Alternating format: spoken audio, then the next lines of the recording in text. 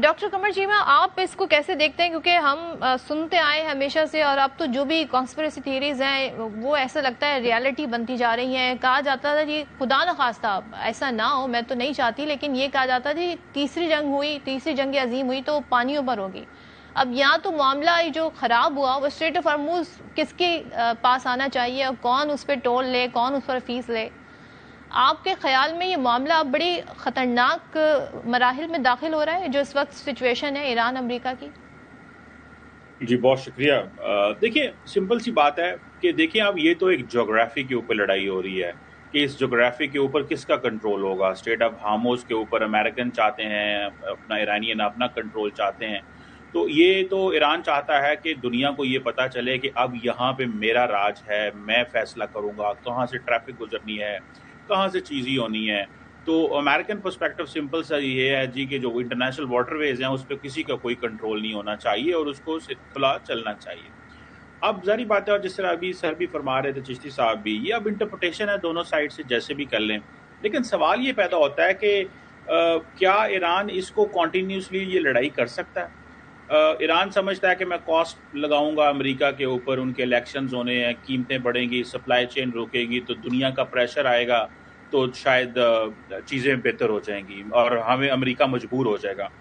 تو میرا نہیں خیال کہ اس دفعہ چیزیں اس ڈائریکشن میں جانے جا رہی ہیں. ظاہری بات ہے سپلائی چین کے اپنے مسئلے ہیں، تیل مہنگا ضرور ہوگا، لیکن اس دفعہ ایران نے پرووک کیا ہے اور وہ سمجھتے ہیں کہ ہم فیصلہ کریں گے کہ کہاں سے کس کی ٹریفک گزرنی ہے. تو ایران، امریکہ ظاہری بات ہے اس چیز کو انڈرسٹینڈ کرتا ہے کہ اگر ایران نے ہی فیصلہ کرنا ہے تو پھر امریکہ کس چیز کی سپر پاور ہے اور ہم نے کیا کرنا ہے. تو مجھے لگتا ہے کہ یہ تھوڑا مشکل ہونے جا رہا ہے. اور اسی لیے دیکھیں کہ جتنے بھی میری ٹائم ٹریفک کیپیبلٹی ہے اس کی امریکہ ایران کی ڈاؤن گریڈ کرنا چاہتا ہے. جتنی زیادہ میری ٹائم ٹریفک کیپیبلٹی کو ڈاؤن گریڈ کرتے ہیں، ان کے پورٹس کے اوپر حملے کرتے ہیں، ایران اگر اس قابل نہیں رہتا کہ وہ انٹرنیشنل ٹریفک کو چلا سکے یا اس کو ڈاؤن گریڈ کرتے ہیں تو وہ سمجھتے ہیں کہ ہم چیزوں کو مینیج کر سکتے ہیں. اب وہ سویلین انفراسٹرکچر کو بھی تباہ کر رہے ہیں جو کہ ظاہری بات ہے خلاف ورزی ہے انٹرنیشنل لا کی، امریکہ کو وہ نہیں کرنا چاہیے. لیکن مجھے یہ لگتا ہے کہ اگر یہ جنگ جاری رہتی ہے جس طرح ہے تو دیکھیں عراق آج تک اپنے جو بھی نقصان وہاں پہ ہوا اسے ریکور نہیں کر سکا. کاسٹ اتنی زیادہ ایران کے اوپر آ جائے گی. دیکھیں جنگیں تو قومیں لڑتی ہیں، جنگیں پھر قومیں بھاگ تو نہیں سکتی نا، لڑنا تو پڑتا ہے، آپ لڑتے تو ہیں، لیکن آپ کے لیے جو ایڈوانٹیجز ہیں آپ ان کو کیوں اگنور کرنا چاہتے ہیں، انسینٹیوز کو کیوں اگنور کرنا چاہتے ہیں. اور اس لیے آپ دیکھا انٹرنیشنل کمیونٹی بھی کچھ سائلنٹ نظر آ رہی ہے، خاموش ہے لوگ، دنیا کوئی زیادہ تر بول نہیں رہی، کوئی بڑے بڑے ممالک سے بڑے لیڈرز کو بیان نہیں آ رہے. تو دیکھ رہے ہیں کہ کیا کرتے ہیں، یہ کس طرح چلتی ہیں. اور امریکہ نے جو اپنی چیزیں سپیڈ اپ کی ہوئی ہیں وہ جلدی کاسٹ جو ہے وہ ڈالنا چاہتے ہیں ایران کے اوپر. تو مجھے لگتا ہے کہ ایران اگر اس چیز پہ دیکھتا ہے کہ امریکہ میں الیکشنز ہونے والے ہیں، تو آخری بات کر لوں تو میرا خیال ہے ٹرمپ نے چائنا فیکٹر کو اپنی ڈومیسٹک پالیٹکس میں وہ لے کے آئے ہیں. کل پرسوں انہوں نے جو تقاریر کی ہیں کہ چائنا مینیپولیٹ کرنا چاہتا تھا، تو میرا خیال ہے ایک اور وہ چیز انٹروڈیوس کرا رہے ہیں. تو لیٹس سی کہ ایران کی یہ کیلکولیشن صحیح ثابت ہوتی ہے جو وہ چاہتے ہیں یا نہیں. کوئکلی آپ کامنٹ کرنا چاہیں چشتی صاحب کہ انٹرنیشنل کمیونٹی سائلنٹ ہے، وہ بھی اب ایز اسپیکٹیٹر جو ہے ساری سچویشن دیکھ رہا ہے، آپ اگری کرتے ہیں اس بات سے؟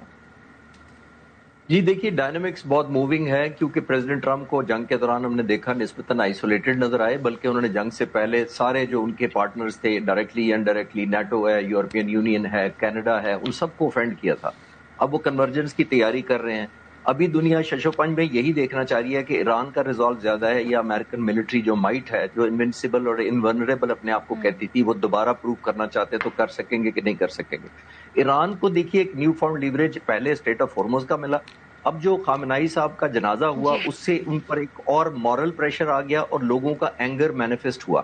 لیکن میں یہ کہنا چاہوں گا، میں چیمہ صاحب سے ایگری کرتا ہوں کہ ایران نے ڈیسائیڈ کرنا ہے کہ لیڈر آف اسکلیشن ایسی حد تک تو نہیں لے جائیں گے جہاں پہ ان کو بیک فائر کر جائے اور جو ایڈوانٹیج ان کو آفر ہو رہی ہے اس سے بھی چلے جائیں. اس سے پتہ لگے گا کہ وہ کتنا ٹیکٹفلی، کیونکہ لوگوں کا اینگر لیڈرز کنورٹ نہیں کرتے ڈیل میں، انہوں نے لوگوں کے اینگر کو، ریونج کو مینیپولیٹ کرنا ہوتا ہے for the benefit of the nation, futuristic approach رکھتے ہوئے. تو آنے والے وقتوں میں کیونکہ پریزیڈنٹ ٹرمپ کو وہ محسوس کرتے ہیں ایرانی کی شاید وہ اتنے آئسولیٹڈ کوئی امریکن پریزیڈنٹ بھی نہیں تھا، پاس میں آپ جتنے اٹیکس ہوئے ہیں تو کبھی بھی نہیں تھا. تو اب وہ دیکھنا چاہتے ہیں کہ وہ کر سکیں گے کہ نہیں. تھینک یو سو مچ خالد چشتی صاحب اور ڈاکٹر قمر چیمہ، آپ دونوں کا شکریہ. لیٹس سی یہ معاملہ کہاں پر جا کر سیٹل ہوتا ہے. پروگرام دیکھنے کا شکریہ. آپ سے اجازت چاہتی ہوں. اللہ حافظ.